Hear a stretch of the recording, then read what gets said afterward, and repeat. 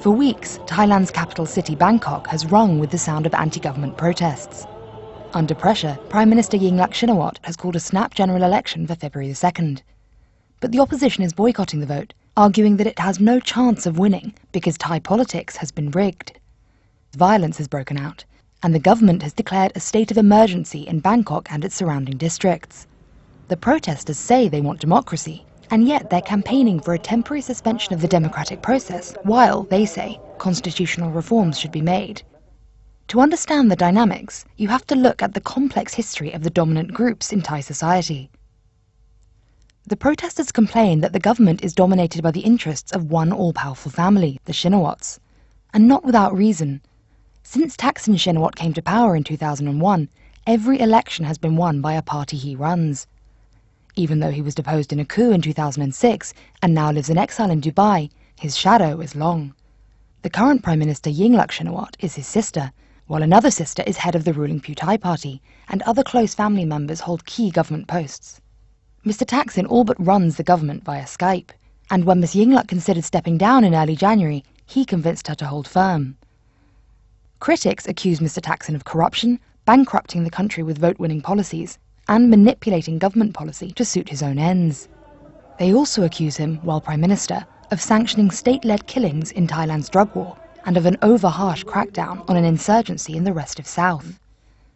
And it's not just Mr Thaksin.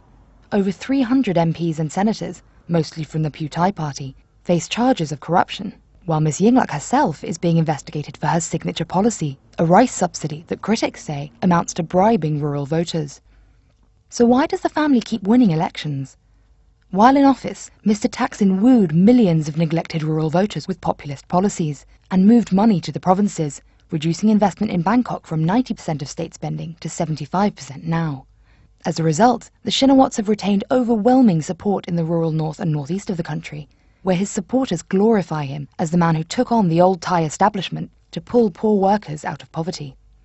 Chiang Mai and the 16 provinces around it are almost solid territory for the Red Shirts, as the Shinawatra supporters are known, and 20 provinces of Thailand's poor northeast, a region known as Isan, are even redder. The west and south of the country, by contrast, are largely Democrat, leading to fears that the crisis, if left unresolved, could result in a split between north and south. The protest movement, the People's Committee for Absolute Democracy with the King as head of state, is led by Suthep Thaugsuban, a former deputy prime minister under the Democrat Party. It's stridently royalist and includes the wealthy elites, but it's broadened its appeal to include teachers, doctors, lawyers and office workers among its supporters. But despite large turnouts at protests early on, Mr Suthep's support is starting to dwindle. A recent poll showed that only 1 in 5 people in Bangkok has taken part in a protest since they began. The Democrat Party is anything but democratic.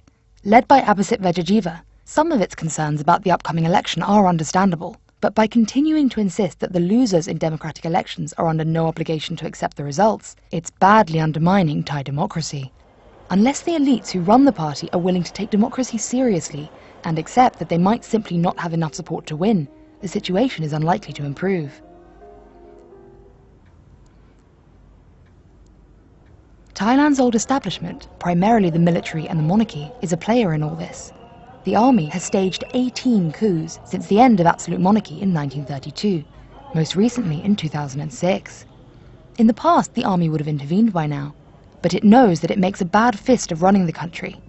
Besides, an approaching royal accession is a concern. King Bhumibol Adulyadej is old and frail, and the Crown Prince, next in line for the throne, is unpopular and seen as susceptible to Mr Thaksin's influence.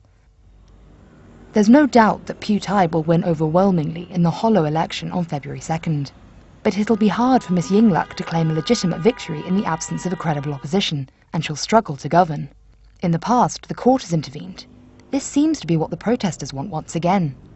But for the country to remain united, both sides must accept the need for a new constitution, an end to the meddling of the generals and royals, and some level of devolution to give the provinces more independence.